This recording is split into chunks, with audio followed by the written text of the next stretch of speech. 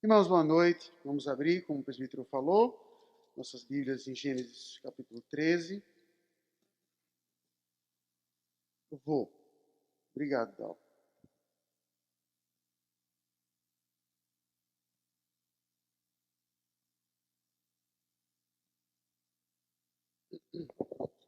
Gênesis capítulo 13.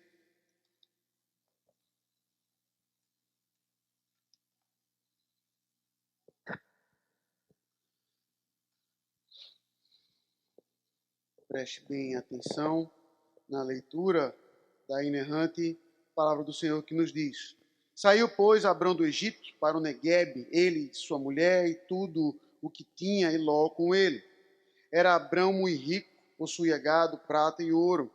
Fez as suas jornadas do Neguebe até Betel, até o lugar onde primeiro estivera a sua tenda entre Betel e Ai, até o lugar do altar que outrora tinha feito, e aí Abraão invocou o nome do Senhor.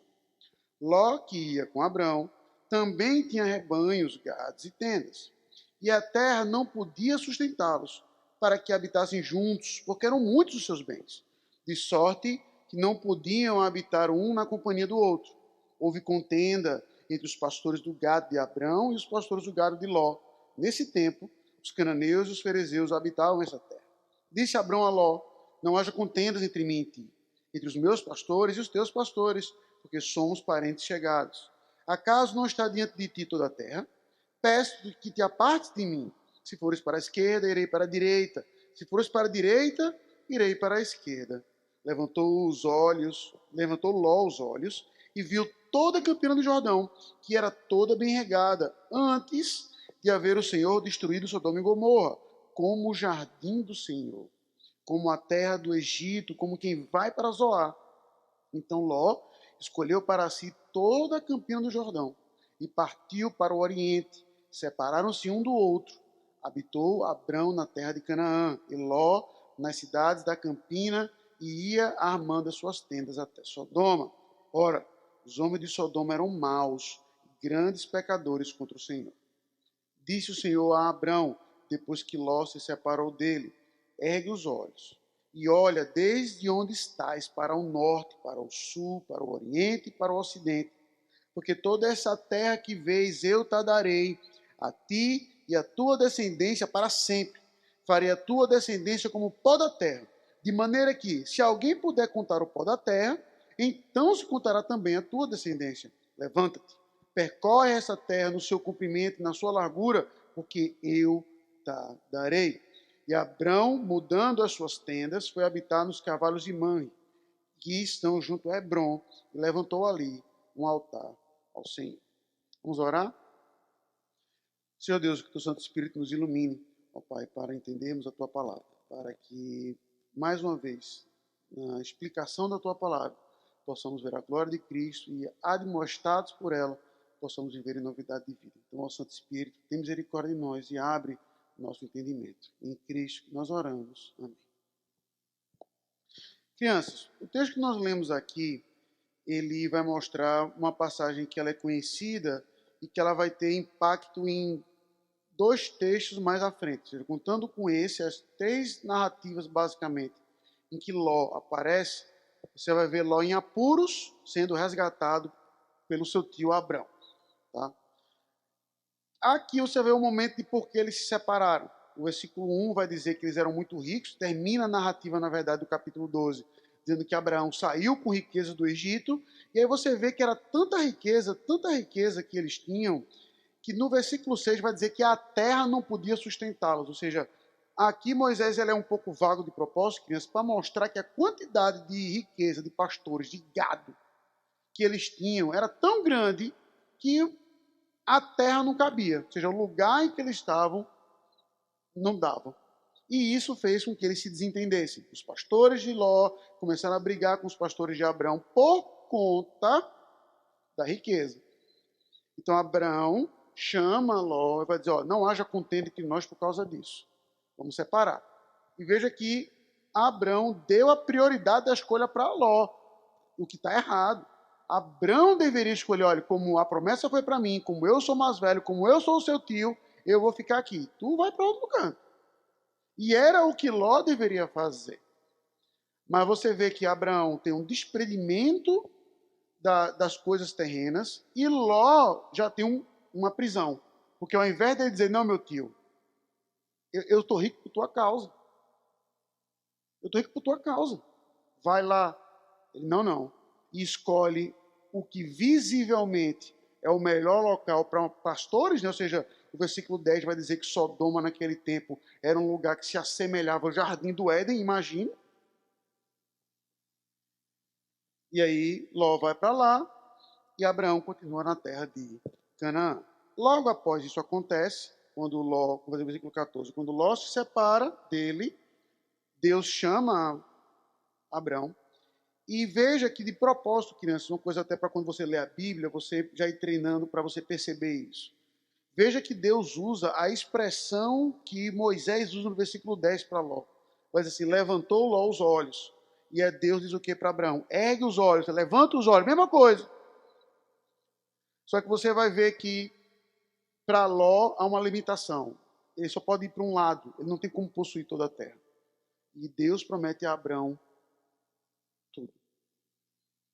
Enquanto Abraão disse, vai para um lado que eu vou para o outro. Até pela limitação da promessa, Deus mostra como tudo dele é maior. E aí o texto termina como começa, que é Abraão adorando a Deus em um altar. Então, dito isso, crianças, tem duas aplicações aqui para vocês, pelo menos, né, duas aplicações nessa passagem. A primeira é de que você pode tentar viver uma vida comum de Ló, pela vista. A busca pelo dinheiro, a busca pela fama, a busca pelo sucesso. E o que esse texto, e até como os textos que o presbítero Marcelo leu na liturgia, por exemplo, você vai ver sempre que o amor à posse, o amor à riqueza, o amor ao dinheiro, ele é extremamente problemático. Tanto é que o apóstolo Paulo vai dizer que é a raiz de todos os males. É tão problemático que Cristo vai dizer que é mais fácil um camelo passar no buraco de uma agulha e ali, crianças, ele está sendo literal Jesus, tá? Como se você imaginasse um buraquinho desse tamanho mesmo. Eu não consigo nem ver. Essa é a ideia. Você imaginar que uma criatura de 2 metros passe dentro. Então a Bíblia vai admoestar constantemente àqueles que estão buscando a riqueza pela riqueza, que demonstra exatamente insatisfação. Demonstra exatamente ao querer viver pelos olhos, como Ló. Olha ali aquele campo, ali é melhor. Não houve nenhum exercício de fé da parte de Ló, mas um exercício de lógica, de visão. Eu sou pastor, eu preciso de rebanho para minhas ovelhas. Qual é o melhor lugar? É lá. É para lá que eu vou. Então, crianças, a Bíblia vai demonstrar, então talvez você já queira estudar, trabalhar, para você já pensar assim, pois eu quero ser um cara rico. E entenda, riqueza faz parte, inclusive, das bênçãos que Deus promete ao seu povo. Mas o seu objetivo de vida é ser rico por ser rico, a Bíblia já o admoesta a vida de sofrimento e de perda que você vai viver. Que você vai ter problemas que o dinheiro foi trazer. Então tenha muito cuidado com isso, desde cedo. Desde cedo. Para quê? Aí vem a segunda aplicação. Para que você possa viver como Abraão, uma vida de fé. Que a partir do momento que você entende o que Deus, que o que você tem em Deus é maior, como Abraão entendia, do que ele ia ter medo. Por isso que ele prometeu a Ló, vai para um lado que eu vou para o outro, porque eu sei quem está comigo. E aí veja que a promessa de Deus para Abraão, logo depois, é maior do que ele prometeu a Ló. Meu amigo, o mundo todo vai ser seu. O mundo todo vai ser seu. Viver uma vida de fé, criança, só é possível quando você conhece Cristo como seu Salvador. E só é possível quando você entende o que Ele conquistou por você. Eu confesso que quando eu preparava isso, eu preparei um exemplo que é até bom, mas depois que eu me toquei, que eu digo só uma parte das crianças vão entender, e em particular os homens, mas eu vou me arriscar. Mas é mais ou menos quando você, jogador de Fortnite, tentar contextualizar, né, que é um jogo de videogame, encontra a melhor arma no primeiro baú. Você pousou, abriu o primeiro baú, encontrou a melhor arma lá, pronto. Você pode até perder aquela partida, mas você não vai ficar procurando mais nada no meio do caminho, porque você tem a melhor arma, pronto, meu amigo, vou pegar só o recurso. A melhor arma eu já tenho. O evangelho é exatamente isso. Nós já temos o melhor. Nós já temos a condição de lutar e enfrentar tudo o que está diante de nós, porque foi Cristo que conquistou por nós na cruz e na sua ressurreição. E nele nós vamos ter muito mais do que qualquer coisa que o dinheiro possa vir a comprar. Como Abraão, tenha uma vida de adoração para que você possa viver satisfeito no Senhor. Caso contrário, sua vida vai ser como a de Ló. Insatisfação, em apuros, e você vai depender dos servos do Senhor para livrarem você dessa. Mas isso são cenas do próximo capítulo. Tá bom? Que Deus os abençoe. Irmãos, o texto que nós lemos aqui, como volta e meia eu costumo pontuar, ele tem uma estrutura quiástica. Eu tenho muito cuidado com essas estruturas quiásticas, porque tem autor que consegue ver quiasmo em tudo. Quiasmo, a gente fala aqui popularmente que é aquela texto sanduíche, ou seja, que o primeiro ponto conecta com o último. Se você pensar no Big Mac, tá certo? O pão de cima, o pão de baixo, o hambúrguer e o pão do meio, tá certo? Só que no caso do Big Mac, a ênfase, em teoria, né, tá naqueles hambúrguer ruins sem gosto do meio do caminho, tá? Nesse caso, a ênfase seria o pão do meio, por assim dizer. Então, uma maneira simples de você observar isso é porque você vai ver que o texto começa com Abraão invocando o nome do Senhor no versículo 4 e termina com ele invocando o nome do Senhor no versículo 18. Só que em lugares diferentes agora. Ao mesmo tempo, você vai ver Ló fazendo uma proposta para Abraão, vai para um canto que eu vou para o outro, Deus fazendo uma proposta para Abraão, e aí no meio do caminho, a resposta de um desses homens a essa promessa, que foi o caso de Ló. Tá? Então esse texto ele tem essa estrutura. E esse texto ele é um texto que eu posso pregar, como é o caso, nele apenas aqui, como eu poderia colocar ele como uma introdução para toda a história de Ló, quase toda a história de Ló, na verdade.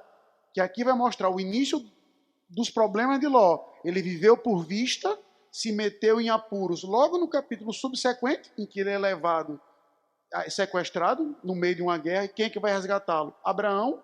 Logo após, quando ele vai morar em Sodoma, que Deus vai dizer, eu vou destruir. Quem é que intercede por ele? Abraão. Tá? Então você vai ver que aqui é justamente como é que Ló se meteu em tanta enrascada. Aqui a resposta está aqui. Não está lá na frente, está aqui. Porque ele viveu por vista e não por fé. Tá?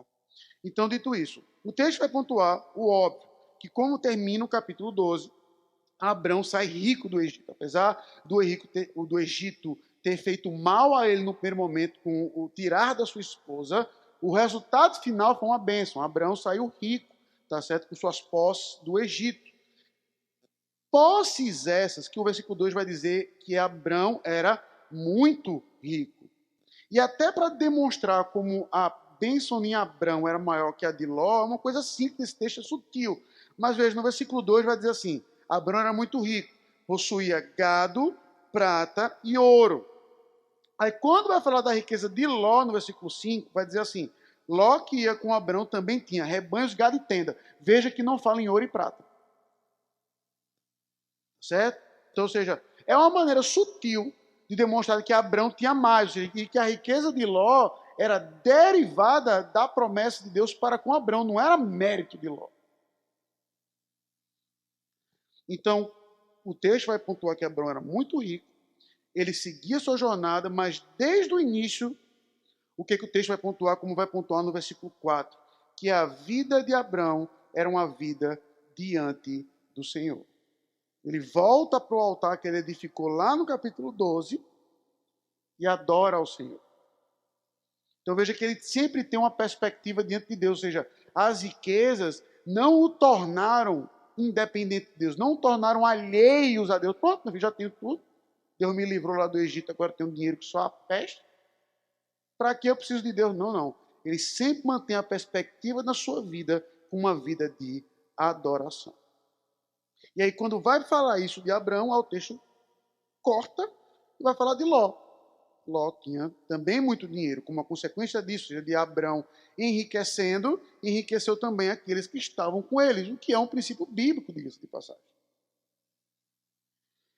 E aí, para mostrar o tamanho da riqueza dos dois, o versículo 6 vai dizer: e a terra não podia sustentá-los para que habitassem juntos. Veja. É aquela famosa cena que você já viu em filme de faroeste. Quer dizer, poucas pessoas acham que assistem filme de faroeste, né? Mas talvez você já tenha visto o clichê. Essa cidade é pequena demais para nós dois. Só que a ideia de que duas pessoas de forma diferente não conseguem conviver, aqui não é a ideia. Aqui é a ideia de que eram tanta gente, tanto dinheiro, tanto gado, tanta coisa, que acabou os recursos daquele lugar. Você, meu amigo, não tem pasto para tanto camelo, para tanto bode, para tanta ovelha. Não tem.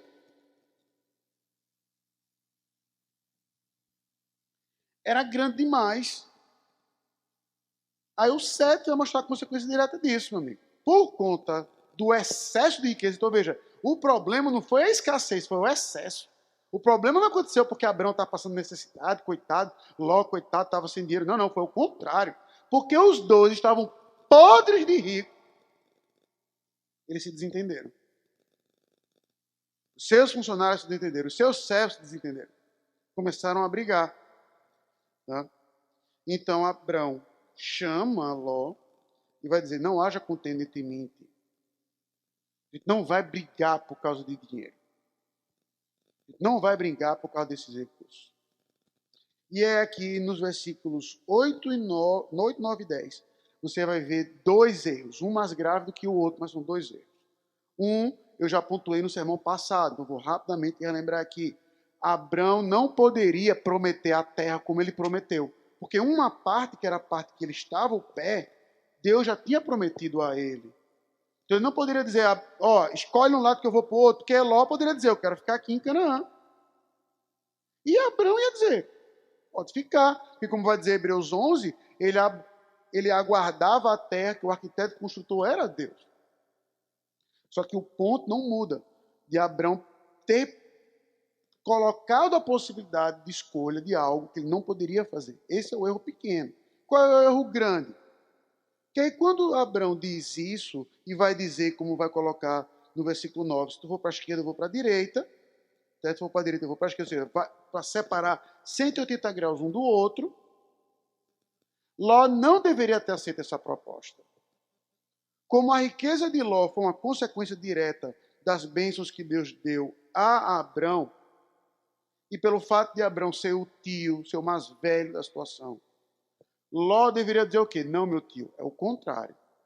A proposta que Abraão fez, quem deveria fazer era Ló. Meu tio, não vamos brigar por causa disso, não foi o senhor que me deixou rico. Vai para um lado que eu vou para o outro. Onde o senhor ficar, e Abraão provavelmente, ouso dizer com certeza, ia dizer: pois eu vou ficar aqui, que foi Deus que me prometeu, e Ló ia seguir para Sodoma que fosse. Mas ele não faz isso. Não faz isso. Ele, como pastor, o que ele faz?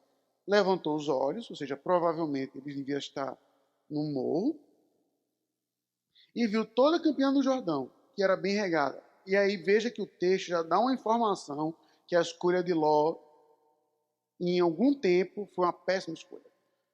Antes de haver o Senhor destruiu Sodoma e Gomorra. Porque para o leitor original vai dizer: que carga d'água Ló escolheu Sodoma e Gomorra? Porque Ló só estava olhando o quê? O que dava para ser visto. E naquele tempo ainda não tinha sido destruído. E aí, para você ver como Sodoma e Gomorra, Sodoma em particular, era, o texto vai comparar como uma comparação que você só vai ver basicamente na Bíblia, em Apocalipse, aqui. Vai dizer que eram regados como o jardim do Senhor. Veja como era, imagina a cena. O que Ló viu era algo que se assemelhava ao Éden. Ao Éden. E aqui, irmãos, eu quero fazer uma brevíssima aplicação, porque não cabe dentro do escopo da mensagem como um todo. Mas permita-me fazer uma breve aplicação. É uma maneira direta, simples, do texto mostrar o poder devastador do pecado na criação. De algo como era o jardim do Éden, ou seja, era bonito, regado, bom para o plantio, bom para o gado, como o jardim do Éden, se tornou um lugar de destruição, de fogo e enxofre por causa do pecado. Não há nada bonito que o pecado não possa destruir. Não há nada bonito que o pecado não possa destruir. Mas a nossa esperança e a nossa certeza é de que não há destruição que o nosso Salvador não possa reverter. Mas o texto mostra de uma forma muito direta o poder destruidor do pecado aqui. É simples, como eu falei, é sutil. Você pode até passar reto na leitura. Mas é sutil de mostrar assim, olha como era e olha como ficou. E qual é a causa? A mesma coisa de Gênesis 3, o pecado. E aí então, como vai dizer o versículo 11, Ló escolheu aquela terra linda, foi para lá com tudo, tá certo? E habitou e foi esticando até chegar na cidade de Sodoma, como vai dizer o versículo 12. E o versículo 13, ele só adianta o que acontece. Há quem especule que Jó sabia disso. O texto em nenhum momento dá uma indicação. Nenhum momento. O que o texto vai mostrar no próprio versículo 10 é que Ló escolheu aquele lugar por ser um lugar bom para como pastor. Tá? Mas o 13 ele acaba servindo como uma introdução para os próximos capítulos. Que aquele lugar que ele escolheu era um lugar de grandes pecadores, como o texto vai pontuar aqui no versículo 13. Tá bom? Quando isso termina, o versículo 14 vai dizer, disse o Senhor a Abrão, depois que Ló se separou dele. Então, houve um momento ali de perda, houve um momento de separação. Houve algo que a bênção do dinheiro se tornou uma maldição. Houve uma separação. Aí Deus chama Abrão e ele usa a mesma expressão que o versículo 10. Ergue os olhos, levanta os olhos. A mesma coisa que Ló fez. Abrão faz a mesma coisa. Só que aí veja que interessante.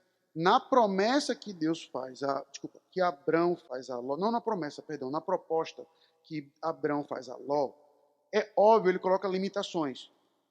Se for para a esquerda, irei para a direita. Se for para a direita, irei para a esquerda. Aí o que Deus vai dizer? Olha. E ele não vai dizer olha para a direita ou olha para a esquerda. Ele vai dizer olha para tudo. Olha para o norte, olha para o sul, olha para o oriente, olha para o ocidente. Tudo isso que você está vendo. Ou seja, dá uma volta. Ou seja, então, para Abraão, estou visualizando, para Abraão ele apontou para Ló, se tu for para cá, eu vou para lá. Se tu for para lá, eu vou para cá.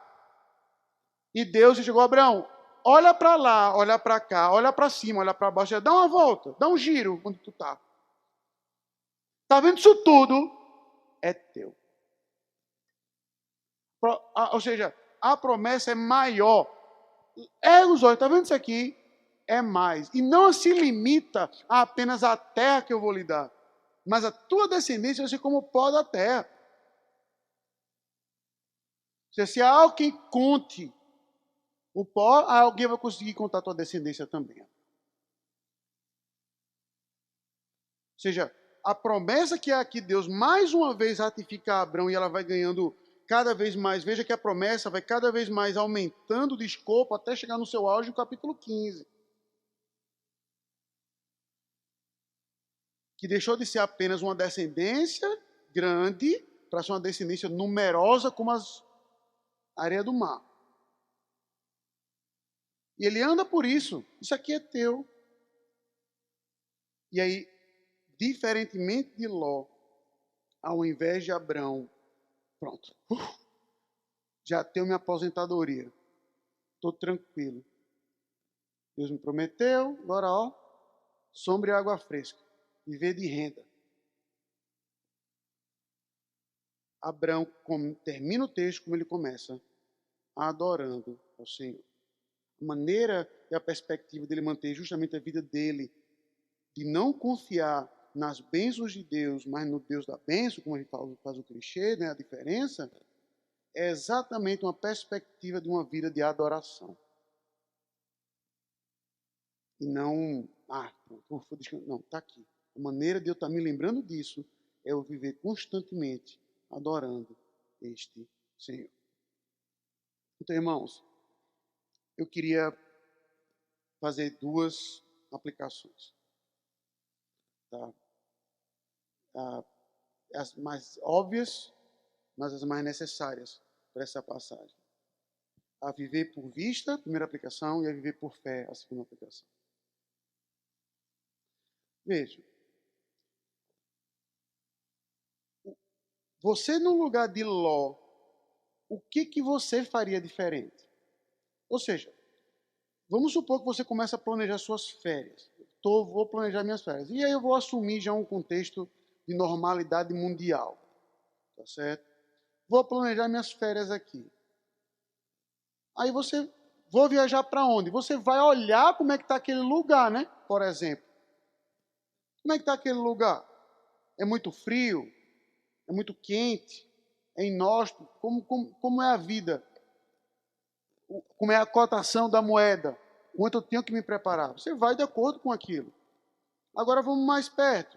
Quando você vai escolher, inclusive, seu emprego, para que curso você quer fazer, é possível que você possa ter escolhido sua vocação, seu curso, pelo aspecto de vocação mesmo. Eu até espero que tenha sido feito isso.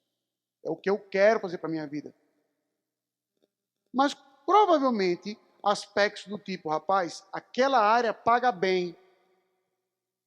Aquela é uma área que dá um bom recurso. Eu não vou ficar desempregado. Eu vou ter uma maneira de sustentar minha família ou de ter estabilidade. Tenha pesado no seu coração. E aí, irmãos, existe algo nessa passagem que me permite trabalhar como pastor, como aplicação, e que é incrível como esse tema aparece cedo na Bíblia. Você sempre vai ver pastores, né, na teologia da prosperidade, é bênção, você vai ter isso, você vai ter aquilo, tudo e tal. E você que nos visita, preste bem atenção. Aquilo ali como é pregado, 99% é equívoco. É mentira. Simples assim. Uma distorção da Bíblia num nível que é herege. Simples assim. Mas, se um pastor disser assim, na Bíblia, em particular no Antigo Testamento, uma maneira de você ver a bênção de Deus para com o seu povo era através das bênçãos materiais. Ele não vai estar equivocado a dizer isso. E que existem textos, por exemplo, que vão prometer isso também. Aí quando vai para o Novo Testamento, por exemplo, quando você já vê teólogos comentando como João Calvino, o que ele vai pontuar? Que o crente vivendo um cristianismo como deve, ele vai enriquecer na vida. E aí explicar, falar de João Calvino. Ele não quer dizer que vai enriquecer no sentido que você vai ser um Bill Gates, um Jeff Bezos. Mas que se você está trabalhando como deve e vivendo seu cristianismo como deve, amanhã você vai ser mais rico do que ontem. É isso que quer dizer que você vai enriquecer. Que amanhã você vai ter 30 centavos a mais do que você teve ontem. E assim vai de 30 em 30 centavos. Essa é a dinâmica bíblica. Foi esse um ponto particular que Calvino se destacou nas suas pregações, nas suas aplicações, até do ponto de vista financeiro. De que o crente ele vai aprender a administrar suas riquezas, tanto para ser zeloso nas suas doações, como para ser zeloso na forma como ele vai ganhar dinheiro e administrar a sua casa. Tanto é que você vai ver no Novo Testamento homens ricos que sustentavam o trabalho dos apóstolos, por exemplo. Ou homens que eram ricos, eram liberais, como foi o caso de Barnabé, que doou todas as coisas à igreja. Então a Bíblia vai sim pontuar um aspecto de que as bênçãos materiais podem ser uma consequência de uma vida diante de Deus, como é o próprio caso da vida de Abraão. Não há dúvida disso. Paralelo a esse ensino, e isso aparece já nesse capítulo da Bíblia, vai mostrar de que o homem que vive estritamente para isso, ele vai ter problema e vai viver uma vida de danação. Automática. No que esse assunto é basicamente introduzido nas Escrituras, quando a palavra riqueza, posse, é basicamente apresentada aqui, porque até o presente texto Essa palavra não aparece, porque não tem por que aparecer. A gente está falando de Noé, a gente está falando de Adão no Éden, logo após Caim e Abel, depois Noé com a sua. Adão no Éden, logo após Noé e o dilúvio. Não tem o que falar de posse. Aí quando começa a falar Abraão, que começa a falar de posse, que ele tinha ouro, que ele tinha prata, automaticamente o que a Bíblia vai alertar? Cuidado, porque se você viver para isso, a sua vida vai ser uma vida de danação. E esse assunto é repetido ao longo de todas as Escrituras e ainda mais no Novo Testamento, em duas passagens, por exemplo, como nós lemos aqui. Quando o amor, o dinheiro é a raiz de todos os males. Ou quando Cristo, logo após o jovem rico, que de forma silenciosa, o que ele diz para Jesus? Eu prefiro ir para o inferno. Porque a pergunta é, o que eu tenho que fazer para dar a vida eterna?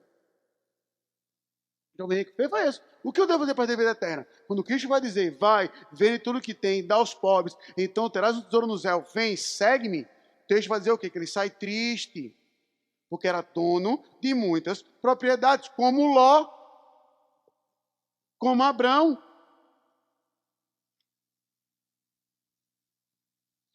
O que o jovem rico não disse, mas o seu comportamento expressa para Cristo? Eu prefiro ir para o inferno, mas enquanto vivo, eu sou rico. Vou aproveitar o que eu tenho. Não, no futuro eu me dano, literalmente.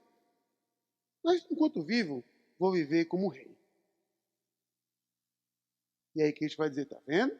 É por isso, por essa razão, que é mais fácil passar um camelo no fundo de uma agulha do que o rico entrar no reino dos céus. Como é que você vai chegar para uma pessoa que tem tudo e vai dizer, você tem que confiar no Senhor e não no seu império?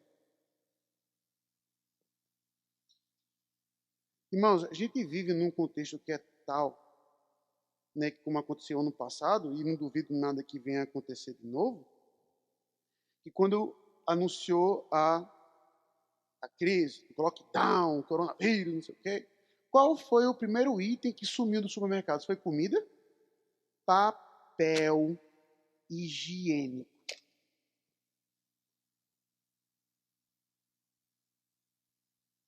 Não foi comida. O que sumiu do supermercado não foi comida. Não foi o estoque de comida. Não foi a comida enlatada. Foi papel higiênico.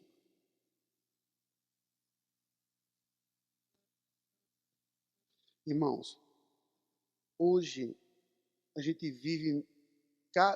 Esse é o meu ponto. Eu não gosto muito da expressão hoje a gente vive. Porque o que a gente está vendo é que isso é uma realidade desde o tempo de Ló. E que quando você vive para a sua vista, para o que você tem, para o que você pode pegar, para o que você pode confiar, do ponto de vista de material, para a sua conta do banco, você não consegue observar a quantidade de problemas que você está trazendo para a sua vida, porque você está abrindo mão dos princípios e de uma vida de dependência do Senhor.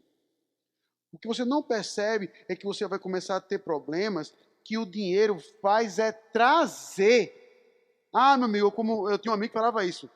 Ah, o problema é dinheiro. Ele fala assim, não, dinheiro não é problema, dinheiro é solução. Eu falava isso, não, rapaz, o problema é dinheiro para fazer. Não, dinheiro não é problema, dinheiro é solução. E tecnicamente ele está certo. Quando ele fala assim, não é o problema, não é o dinheiro, é porque eu não tenho dinheiro para fazer. Então o dinheiro é a solução do que você está me propondo. E aí você observa como o nosso coração é, porque quando a gente tem um aumento no salário, por exemplo, o que automaticamente a gente faz? Aumenta as nossas despesas. Pode observar. Aí o seu salário começa a ficar pouco de novo. Não tem dinheiro para nada, mas você acabou de receber um aumento, mas não tem dinheiro para nada. Aí recebeu um aumento, aí, eita, aumenta a despesa. E agora? Não tem dinheiro para nada. Sabe quando esse ciclo vai acabar? Nunca. A Bíblia lhe alerta, meu irmão, que se você vai viver uma vida olhando estritamente para suas posses, para sua bênção material, você vai estar abrindo mão dos princípios espirituais eternos para a sua vida. De enriquecer o próximo, de fazer, ou seja, de pegar o dinheiro ao invés de colocar uma parte dele, você, rapaz, Deus me deu um aumento, pois eu vou dar uma oferta para a igreja, por exemplo. Eu vou ajudar o meu irmão. Automaticamente, eu falei, você é tão focado naquilo que não, eu vou reformar a minha casa, eu vou comprar um carro novo, eu vou fazer aquilo. A gente não consegue olhar, por exemplo, que as bênçãos que Deus nos deu, o nosso próximo usufrui dela também, deve usufruir dela também. Se Deus me deu isso, não precisa chegar ao clichê extremo, né? Daquele adesivo que você vê em carro, foi Deus que me deu. Não precisa. Tá? Mas é a ideia de que se é meu, o meu próximo pode utilizá-lo, deve usufruir disso também. Mas o grande problema é que a gente acumulou na expressão simples, que volta e meia eu gosto de repetir, e quando fizeram aí um apanhado das frases que eu repito, ela foi uma das primeiras que apareceu. Farinha pouca, meu pirão primeiro. Tem pouco dinheiro, então meu filho é o quê? É para escolher, com esse arrumo de gente, para onde é que eu vou? Para ali, meu amigo. Ó o lugar verde, tranquilo, ó, botar minhas ovelhas ali, vão ficar tudo gorda. E aquilo foi literalmente a ruína da sua vida. Sodoma e Gomorra mostrou como Ló estava disposto também a sacrificar suas filhas, como ele perdeu uma esposa e como por causa dele ele engravidou a própria filha mais à frente.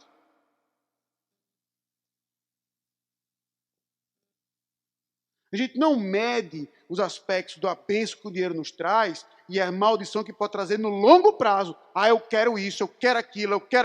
E você não vai, você acaba não percebendo, porque seu coração está tão envolto nisso, está tão envolto em você, na sua dependência daquilo que você quer, que você não vai ver a quantidade de problemas, sacrifício de amigos, de pessoas que abandonaram, que você abandonou no meio do caminho. Já viu aquela máxima? Fulaninho, rapaz, quando esse cara era pobre, ele andava comigo, agora ficou rico, não anda. Já viu isso? Isso é bíblico. Isso é bíblico. Porque a pessoa que ela vai galgando de vida, se ela não tiver uma vida diante de Deus, ela vai abandonar as pessoas ao redor. Porque ela só quer saber dela. Ah, pastor, mudou a convivência. E não é à toa que quando Cristo vai justamente colocar uma das pouquíssimas histórias, que não sabe nem se é parábola ou não, vai falar do céu, ele vai, um tem nome, o outro não, é o rico e Lázaro. O rico está lá, gozou a vida toda de prazeres no inferno. E aí naquele texto você vê até um vislumbre de como a riqueza destrói famílias, que você vai ver exatamente o que é que o rico pede para Deus. Senhor, manda um anjo para falar desse evangelho para lá, para os minha família. Aí Deus, eles têm os profetas lá embaixo, meu amigo.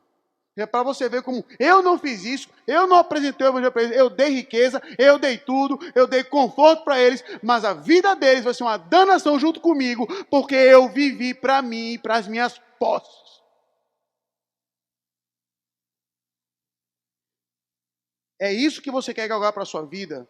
Saiba que você vai destruir a sua família. Se você galgar a riqueza, pelo bem de ficar rico, pelo bem de ficar influente, pelo bem de poder comprar as coisas, pelo bem da estabilidade. Não, pastor, eu estou estudando muito para um concurso, eu vou faltar à igreja aqui no domingo, mas é pela estabilidade da minha família. É a sua família que vai ser instável no futuro.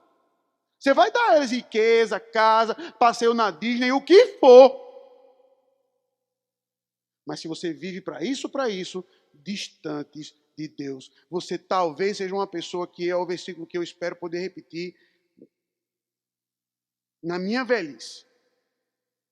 Tem um versículo na Bíblia inteira, que eu olho e digo assim, é esse aqui. Tem vários versículos que você pode dizer assim, que só fazem sentido no fim da vida, como Paulo, completei a carreira, guardei a fé, eu concordo. Mas tem um versículo na Bíblia inteira, que eu disse, esse versículo eu só posso dizer como deve no fim da minha vida. Que é quando João, na sua terceira epístola, diz, eu não tenho alegria maior do que essa, do que ver os meus filhos caminhando na verdade.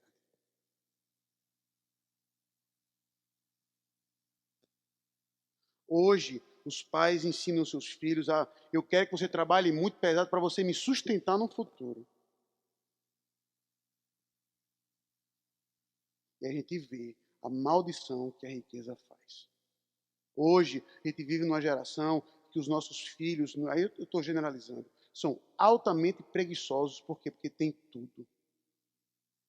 E na mesma medida que eles são preguiçosos, são automaticamente insatisfeitos. Tem tudo: celular, tablet, computador, TV tela plana, videogame novo.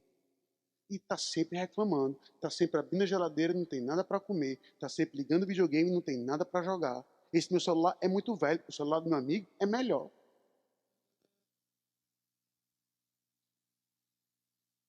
É esse tipo, e eu vou usar uma palavra pesada, de maldição que o dinheiro traz.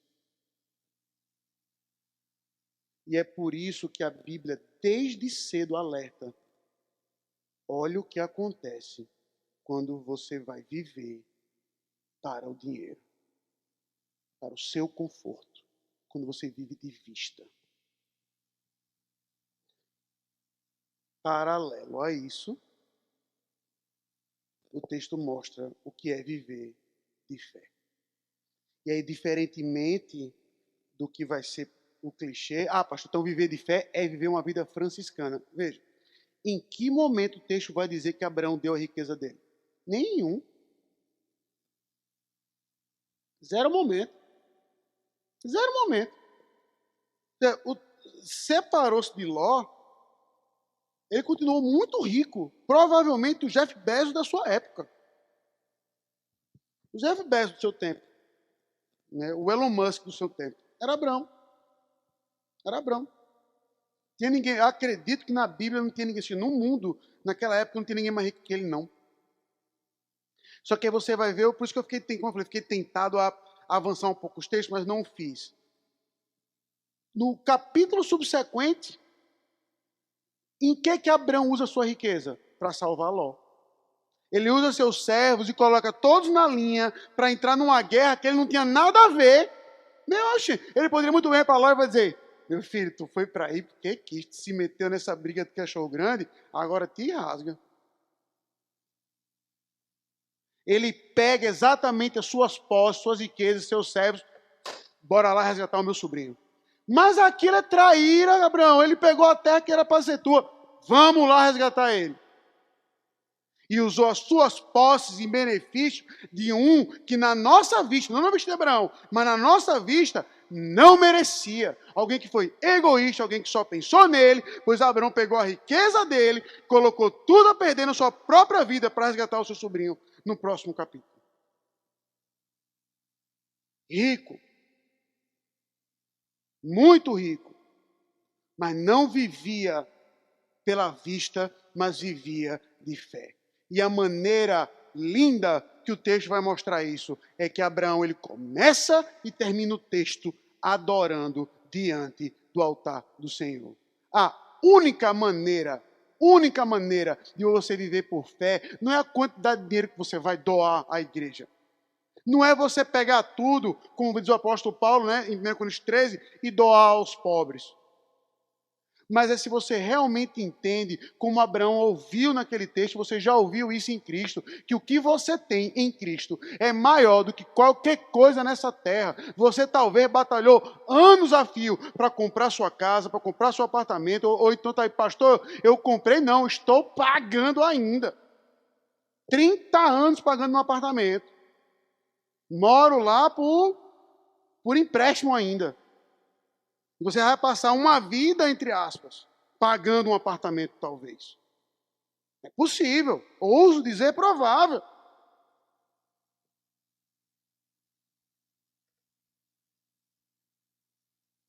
Então veja que, e nesse momento, quando você for escolher seu apartamento, por exemplo, sua casa, a escola do seu filho, automaticamente você fez isso, olhou para o seu orçamento e vai dizer, meu amigo, eu não posso escolher esse apartamento. Eu até queria morar aqui, mas eu tenho que escolher aquele, que é o que o dinheiro dá para comprar. Eu até queria morar nessa casa, mas não posso, tenho que morar naquela. Você, como Ló, no primeiro momento, sua vida sempre vai ter escolhas limitadas. Olha para um lado ou olha para o outro.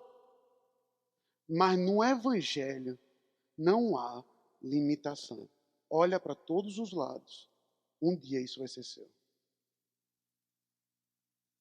Todas as limitações que o pecado, o dinheiro, nós mesmos temos nessa vida, o Evangelho é mais. E é nisso que eu quero pontuar duas coisas aqui nessa aplicação. A primeira é mais do ponto de vista material, e a gente não para pensar nisso. Mas observe o texto que o presbítero Marcelo leu em Marcos 10. Ali você vai ver uma das poucas vezes em que os discípulos, com razão, vão mostrar uma coisa para Jesus. O jovem rico pergunta: o que eu tenho que fazer para perder a vida eterna? Larga tudo, me segue, tem um tesouro no céu e traz a vida eterna. E ele não faz isso.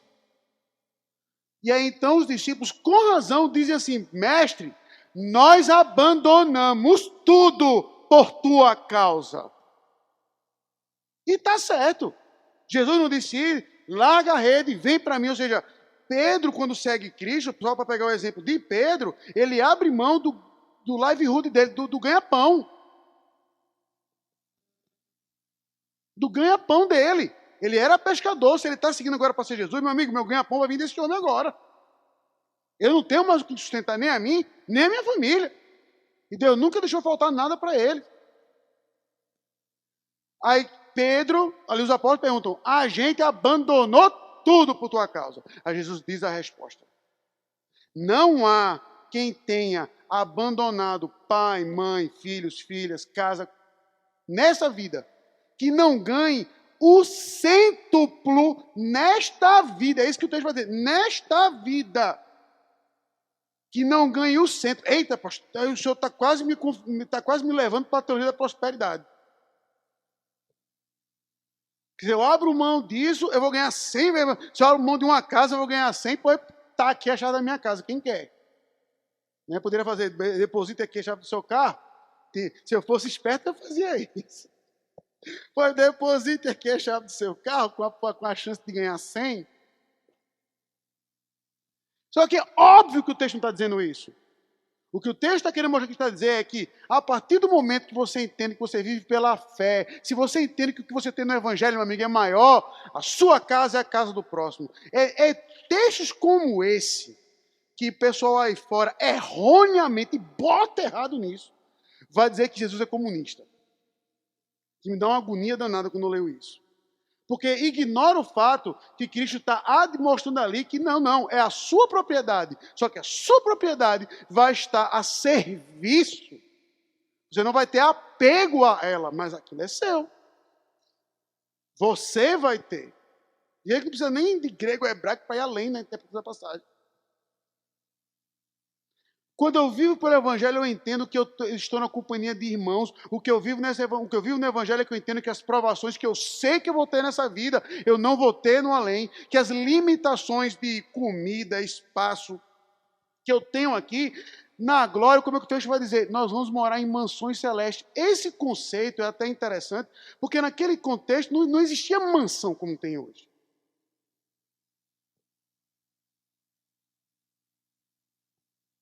Ou seja, para aqueles homens, o que era uma mansão? Era a casa dos governadores, a casa dos reis, coisa para seleto. Ele vai dizer, é lá que a gente vai morar.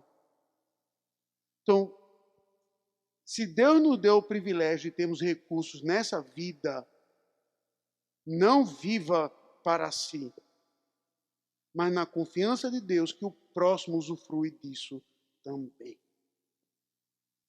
E que você saiba que o que você tem em Cristo no Evangelho, como Ele mesmo prometeu, são todas as coisas. Ah, pastor, eu nunca conheci o mundo, nunca saí do Piauí. O máximo que eu conheço é Altos.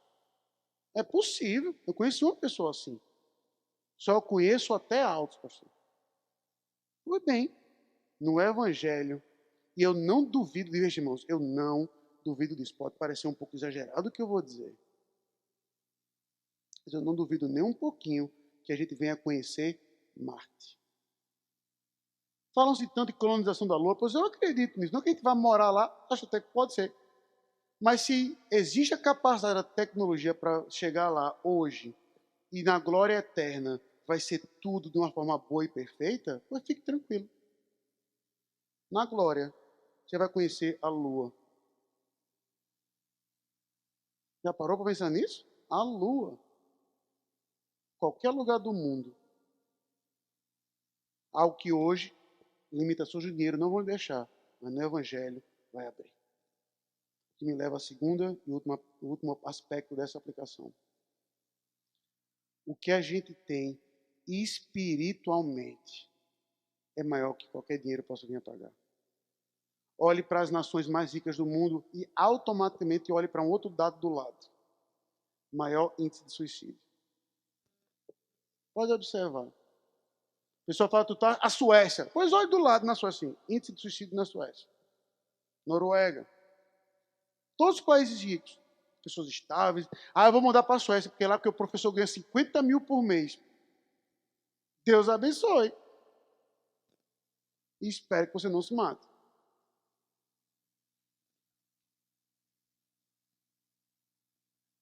O que o Evangelho lhe dá é a certeza de que a morte para o crente não é mais um limitador, nem devemos viver com medo dela, porque em Cristo nós vamos ressuscitar. O que o Evangelho nos garante é que não há inimigo que não possa nos derrotar, porque Cristo, na sua morte, derrotou a morte, o inferno, o diabo por nós. O que o Evangelho nos garante é que não importa a guerra, a doença que possa vir estar a acontecer, nós temos um Deus que está conosco, que intercede por nós e que nos garantiu que nós vamos ressuscitar com Ele ao terceiro dia. O que o Evangelho nos dá é algo que o dinheiro não tem como comprar. E o que a Bíblia vai simplesmente dizer é: viva através daquilo que eu lhe prometi, meu filho, e não daquilo que você quer. Porque o que eu estou te prometendo, você não tem como conquistar. Como o próprio Cristo vai dizer, é impossível para o homem, mas possível para Deus.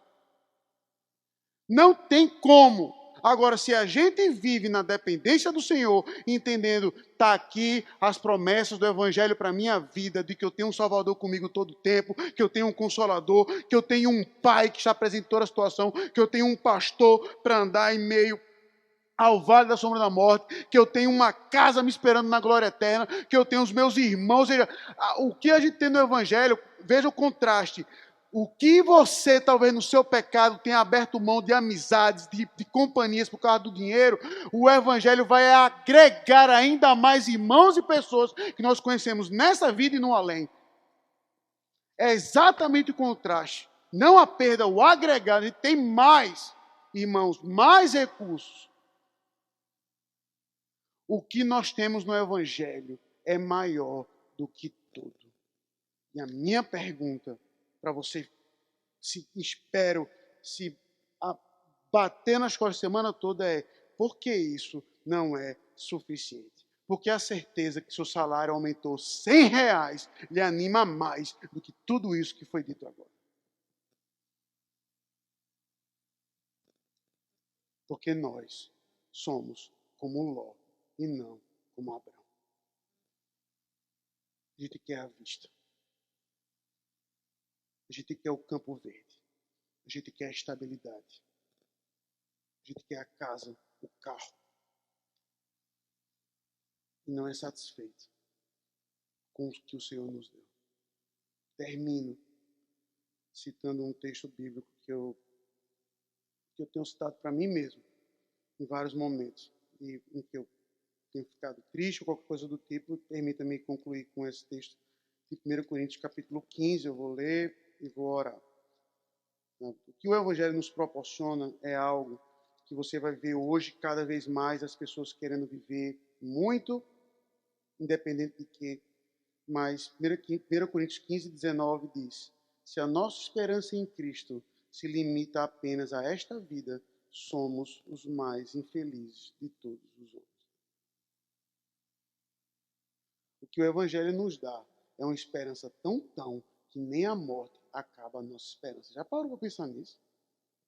Para a morte, a gente estuda, acabou, o problema resolveu. Para nós, nem a nossa esperança acaba, porque a nossa esperança está além, no Cristo que venceu e que nos dará todo o ouro e toda a prata. Não porque nós merecemos, não para sermos felizes, porque já deveríamos ser, não para sermos alguém, porque nós já somos, mas para usufruirmos ainda mais das bênçãos do Evangelho conquistadas por Cristo na sua morte e na sua ressurreição. Se a sua esperança, como Ló, está apenas nessa vida, você é o mais infeliz de todos os homens. Que Deus nos abençoe.